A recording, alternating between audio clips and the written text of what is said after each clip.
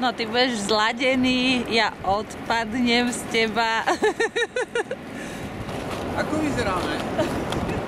Ako to ja šipnutý. Do toho výchre. Nejdeme, to. Riadna výchrica.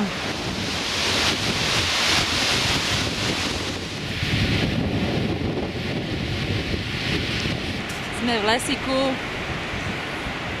Pod dolinou Laky. Tam sa dostaneme asi za 30 minút. A tam uvidíme, ako budú podmienky, lebo výchrica v tých vrchných hrebeňových častiach vyzerá byť nebezpečná. Ráno hlásili až 140 km/h vietor.